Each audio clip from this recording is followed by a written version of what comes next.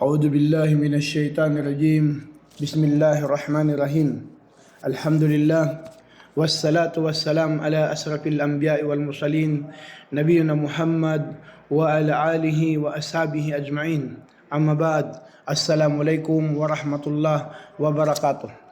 Mga kapatid sa pananampalatayang Islam, na batid natin ang ating relihiyong Islam ay binawal sa atin ang pagtatambal sa dakilang tagapaglikha, na kaya dito na kung saan nasasambahin natin ang Panginoon na namumukod tangi na siya lamang ang pag-uukulan natin ng pagsamba. Lahat ng ating ibada ay para sa Kanya lamang at huwag tayong magtatambal sa Kanya. Kaya ito ang tauhid na kung saan kaisahan ng Allah subhanahu wa ta'ala. Na ang kahulugan ng tauhid ay pag-isa ni Allah sa pagiging pagka-Diyos at pagka-Panginoon at sa mga pangalan at katangian para ibukod lamang siya. Kaya ang monetismo, tauhid ay hindi lamang pagkilala ng alipin na walang tagapaglikha maliban kay Allah at ang Allah ay ang Panginoon at Hari ng lahat, katulad ng pag-amin ng mga sumasamba sa mga idolo at ng mga pagano. Kaya dito mga kapatid sa pananampalatayang Islam, na ang kagandahan ng tauhid na kung saan ito ay merong kalakip na gantimpala sa mga taong hindi nagtatambal sa Allah subhanahu wa ta'ala. Na inulat ni Abu Malik radiyallahu anhu an Abi Malik radiyallahu anhu an abihi kala sami'tu Rasul sallallahu alaihi wasallam yaqul man qala la ilaha illallah wa kafara bima ya'budu min dunillah harama maluhu wa damuhu wa hisabuhu ala Allah. Inulat ni Malik na ayon sa kanyang tatay na nagsabi na aking narinig, sabi niya, ang mensahero ng Allah subhanahu wa ta'ala, ang sino man magsabi ng walang Diyos maliban kay Allah at tumakwil sa anumang sinamba bukod sa Allah ay pinagbawal ang kanyang kayamanan at dugo at kanyang hatol ay nasa Allah, isinalaysay ni Muslim. Kaya mga kapatid sa pananampalataya, na hadith na kung saan na sinabi ng propeta, man qala la ilaha illallah wa kafara bima ya'budu min dunillah haramu maluhu wa damuhu wa hisabuhu ala Allah. Kaya ito yung hadith na kung saan tinuran ng propeta Muhammad sallallahu alaihi wasallam, rawahu Muslim. Kaya makita natin mga kapatid sa pananampalataya ang mga uri ng tauhid na ito, yung tauhidul rububiyya, tauhidul uluhiyya, tauhid asma'u was sifat. Na makita natin ang tauhidul rububiyya, monetismo sa pagkapanginoon na ang Allah ang namamahala ng lahat ng bagay sa lupa at langit. Hindi sapat ang pagkilala lamang. Kaya sinabi ng Allah sa banal na Quran, wala in sa'altahum man khalaqas samawati wal ard wasakkara syamsa wal qamar la yaquluna Allah fa anna yufakun.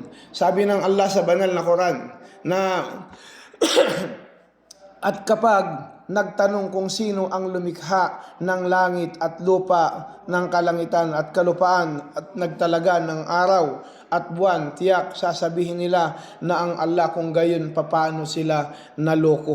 Kaya mga kapatid sa pananampalataya, ang tauhidul uluhiyya, monetismo sa pagka-Diyos na ang Allah ang Diyos na dapat sinasamba sa lupa at langit.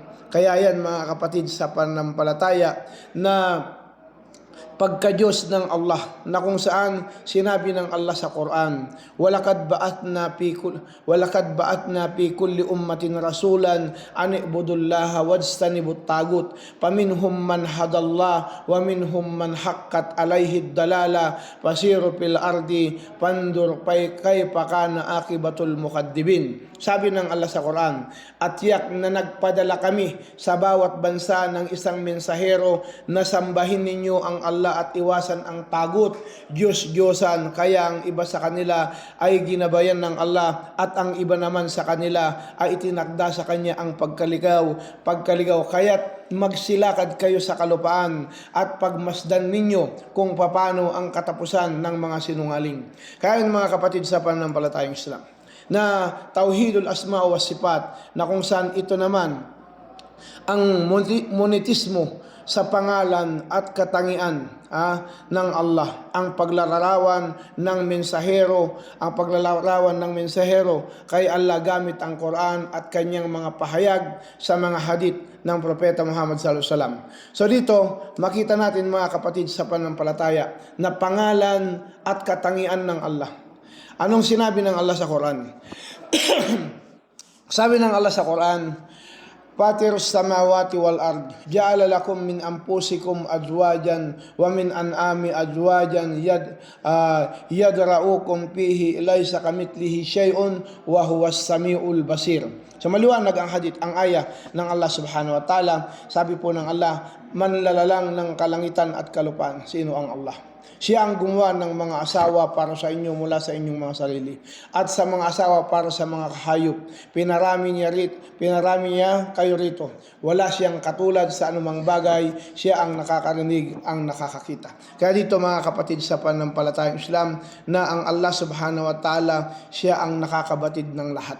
Kaya dito, huwag maglarawan sa mga katangian ng Diyos na walang basihan. Yun. Na anong sabi ng Allah sa banal na Quran? Pamaniftara alallahi kadiba min ba'di dalik paulaika humud dalimun. So sabi ng Allah sa Quran, at ang sino mang gumawa tungkol sa Allah ng kasinungalingan pagkatapos nito, kung gayon sila ay mga mapang-api. Kaya dito makita natin mga tao na kung saan iba-iba yung kanilang paniniwala, iba-iba yung kanilang mga inaakibat, na kung saan nawala sa katuruan ng ating relihiyong Islam. So ipinagbabawal po sa atin ito ng Allah subhanahu wa ta'ala. At dito na kung saan sambahin natin ang Allah. Kaya sinabi ng Allah sa banal na Quran, sambahin natin siya. Sinabi niya, ya ayuhan nas, a'budu rabbakumul ladzi khalaqakum walladina min qablikum la'allakum tattaqun alladzi ja'ala lakumul arda firasyan was samaa binaan wa anzala minas samaa'i ma'an fa akhraja bihi minas samarati rizqan lakum fala taj'alu lillahi andadan in kuntum ta'lamun. So sabi ng Allah sa Quran, o sangkatauhan, sambahin ninyo ang inyong Panginoon na lumikha sa inyo, at sa mga nauna sa inyo upang kayo matakot. Yaong gumawa ng kalupaan para sa inyo bilang higaan ng kalangitan, bilang kisame, at kanyang ipinababa mula sa kalangitan ang tubig para ipalabas ang mga prutas bilang biyaya para sa inyo. At huwag kayong gumawa ng katambal sa Allah na inyong nalalaman. Kaya dito mga kapatid sa pananampalataya, pagtatambal sa Allah subhanahu wa ta'ala, ito ay pinagbawal sa ating relihiyong Islam. Nagagawan natin ng kawangis ang Panginoon. Kaya ang kahalagahan ng tauhid para sa lahat ng pagsamba, para sa lahat na pagsamba at paghingi ng tulong at panalangin at paghingi ng biyaya at pagkatakot at pag-asam at iba pa ay para lamang sa Allah na nag-iisa. Kaya mga kapatid, pananalig sa Allah subhanahu wa ta'ala ng wagas sa ating sandigan para iwasan ang paganismo at pagsamba sa mga Diyos-Diyosan. So dito makita natin kaya na kung saan katakutan ang paganismo o yung pagtatambal sa Allah subhanahu wa ta'ala.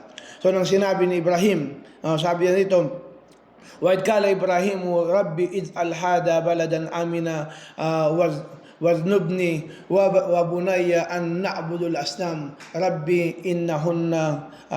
إِنَّهُنَّ أَضْلَلْنَ كَثِيرًا مِنَ النَّاسِ فَمَن تَبِعَنِي فَإِنَّهُ مِنِّي وَمَنْ عَصَانِي فَإِنَّكَ غَفُورٌ رَّحِيمٌ. So sabi po ng Allah sa Quran at nang sinabi ni Ibrahim, Panginoon ko, sabi niya, gawin mo po ang lugar na ito na ligtas at ilayo mo sa akin at sa aking mga anak na sasambahin namin ang mga ribulto. Aking Panginoon, sa katunayan, ang mga ito ay iniligaw ang karamihan sa mga tao, kaya ang sino mang sumunod sa akin ay tunay na napabilang sa akin, at ang sino mang sumuway sa akin ay tunay ikaw ang mapagpatawad, ang maawain. Kaya mga kapatid sa pananampalataya, na makita na dahil nangako, makita na si Satanas na kung saan ililigaw niya ang mga tao. Gagawa siya ng paraan para mailagaw niya ito. Kaya dito mga kapatid sa pananampalataya, na manalig tayo sa Allah, magpakukup tayo sa Allah laban sa sinumpang Satanas. Anong sabi? ng Allah subhanahu wa ta'ala sa kanyang pagbabalita sa banal na Quran. Sabi niya, wa inna alayka la'nata ila yawmuddin, kala rabbi pandirni ila yawmi yub'atsun, kala innaka minal mundarin. Sabi niya, ila yawmil waqtil ma'lum, kala rabbi bima agwaytani sabi niya, la uzayyin lahum fil ardi wala ugwiyannahum ajmain illa ibadaka minhum mukhlasin. So sabi ng Allah sa Quran sa kanyang pagbabalita patungkol kay Iblis, sabi dito, at sa katunayan mapasayo ang sumpa hanggang sa araw ng paghuhukom. Sinabi niya, o aking Panginoon, ipaliban mo ako sa hanggang sa araw sila ibubuhayin muli. Sabi, tunay na ikaw ay kasali sa mga ipinagpaliban hanggang sa araw ng itinakdang oras. Sinabi niya, Panginoon ko, dahil iniligaw mo ako, sinisi niya pang Allah, no? Auzubillah. So makita mo yung kasama niya. Tunay aking, sabi niya, iniligaw mo ako, sabi niya, tunay aking pagagandahin para sa kanilang mundo at ililigaw ko silang lahat maliban sa mga alipin mong matapatin mula sa kanila. Kaya mga kapatid sa panampalataya, katapatan sa pagsamba, na kung saan sinabi nga ng Allah sa banal na Quran, ya ayyuhalladhina amanu taqillah wa kunu ma'as-sadiqin.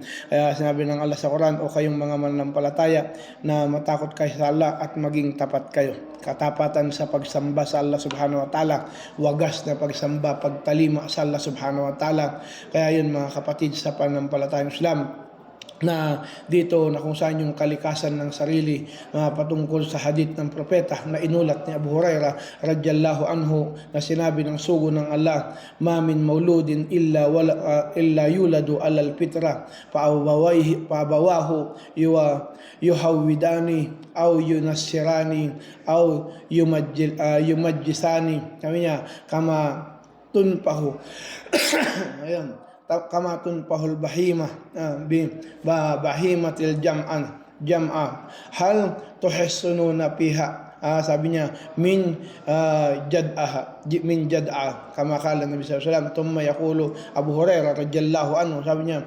fitratullahi allati fataran nasa alaiha la tabdilu li khalqillah dalika dinul qayyimah. So ito po yung hadith ng propeta sallallahu alaihi wasallam.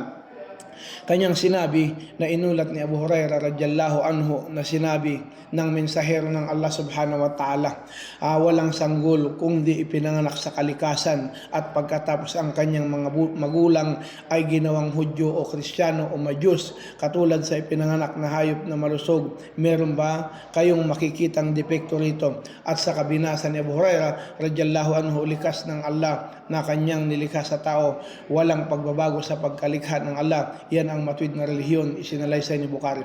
Kaya dito mga kapatid sa panampalataya, kalikasan sa pagsamba sa kaisahan ng Allah subhanahu wa ta'ala, pananalig pananampalataya sa Allah subhanahu wa ta'ala, na hawakan natin na kung saan ang ating relihiyong Islam, masambahin natin ng wagas ang Allah subhanahu wa ta'ala at hindi tayo magtambal sa Kanya na dahilan para kalugdan tayo ng Allah dito sa mundo at saka sa kabilang buhay, na mailayo tayo sa malaking kasalanan. Ito ang pagtatambal sa Allah subhanahu wa ta'ala. Assalamualaikum warahmatullahi wabarakatuh.